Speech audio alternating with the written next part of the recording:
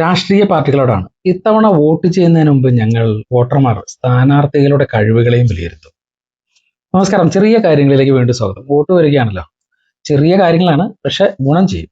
കേരളത്തിൽ 2026 നിയമസഭാ തെരഞ്ഞെടുപ്പിൽ ഏത് മുന്നണിയിലായാലും പാർട്ടിയിലായാലും ഞങ്ങൾക്ക് താഴെ പറയുന്ന ക്വാളിറ്റികളുള്ളവർ മതി. വോട്ട് ചെയ്യുമ്പോൾ ഞങ്ങൾ ഇത്തവണ ഇതുകൂടി പരിഗണിച്ചാലോ. ഒന്ന്, ഇംഗ്ലീഷ് അറിയണം. സർക്കാർ ഓഫീസുകളിലെ പ്യൂൺ മുതൽ ചീഫ് സെക്രട്ടറി വരെ കണ്ട് നിരവധി ഉത്തരവുകളും രേഖകളും ഒക്കെ മനസ്സിലാക്കി ഞങ്ങളുടെ മണ്ഡലത്തിലെ കാര്യങ്ങൾ നടത്തി തരേണ്ട ആളാണ് സ്ഥാനാർത്ഥി. അതായത് നന്നായിട്ട് ഇംഗ്ലീഷ് വായിക്കാനും പറയാനും അറിയണം. ഇല്ലെങ്കിൽ ഈടെ കണ്ടതുപോലുള്ള ചില നാണക്കേടുകളൊക്കെ ഉണ്ടാവും. ഗുണ്ടായിസം കാണിച്ച ഉദ്യോഗസ്ഥരെ കീഴടക്കാമെന്നുള്ളത് മിഥ്യാധാരണയാണ്. അറിവുണ്ടെങ്കിലേ കാര്യം നടക്കൂ.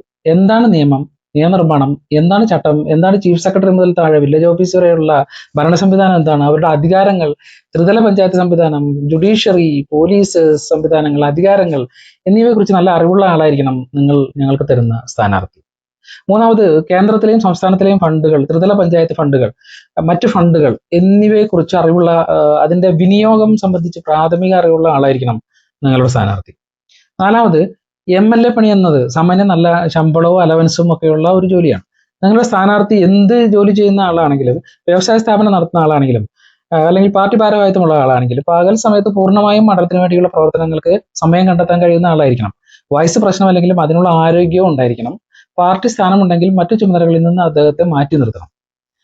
രാഷ്ട്രീയ പ്രവർത്തനത്തിന്റെ ഭാഗമായും അല്ലാതെയും യാതൊരു തരത്തിലുള്ള ക്രിമിനൽ കുറ്റങ്ങളിലും നിയമ നടപടി നേടുന്ന ആളോ ശിക്ഷിക്കപ്പെട്ട ആളോ ആയിരിക്കരുത് നിങ്ങളുടെ സ്ഥാനാർത്ഥി.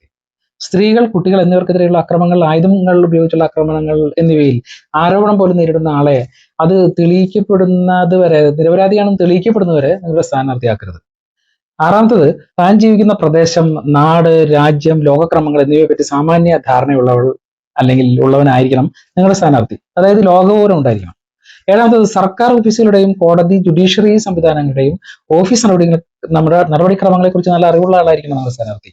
എട്ടാമത്തെ കാര്യം, നിങ്ങളുടെ സ്ഥാനാർത്ഥി നല്ല വികസന കാഴ്ചപ്പാടുള്ള ആളായിരിക്കണം. വികസന സംബന്ധിയായ അറിവും ഭാവനയും ഉള്ള ആളായിരിക്കണം. ഒമ്പതാമത്, ഇന്ത്യ എന്ന രാജ്യത്തോട്, അതിന്റെ ഭൂമിശാസ്ത്ര അതിരുകളോട്, സവിശേഷമായ സമന്വയ സംസ്കാരത്തോട് പൂർവ്വം സ്നേഹവും പുലർത്തുന്ന ആളായിരിക്കണം. പത്താമത്, ധീരനായിരിക്കണം, ധീരയായിരിക്കണം. ഏത് പ്രതികൂല സാഹചര്യത്തിലും നേരിനും നന്മയ്ക്കും തുല്യതയ്ക്കും നീതിക്കുമൊപ്പം മറ്റൊന്നും നോക്കാതെ നിലനിൽക്കുന്ന ആളായിരിക്കണം. അപ്പൊ പറഞ്ഞു വരുന്നത്, ഇങ്ങനെയൊന്നുമല്ലാത്ത പാർട്ടിക്കാർക്കൊന്നും ഇനി സ്ഥാനങ്ങൾ വേണ്ട, അവരൊക്കെ പാർട്ടിയുടെ ഭാരവാഹികളും സെക്രട്ടറിമാരും ജില്ലാ സെക്രട്ടറിമാരും ഒക്കെ ആയിക്കോട്ടെ എന്നാണോ? അതെ, അതിന് ഞങ്ങളുടെ ആരുടെയും വോട്ട് വേണ്ടല്ലോ.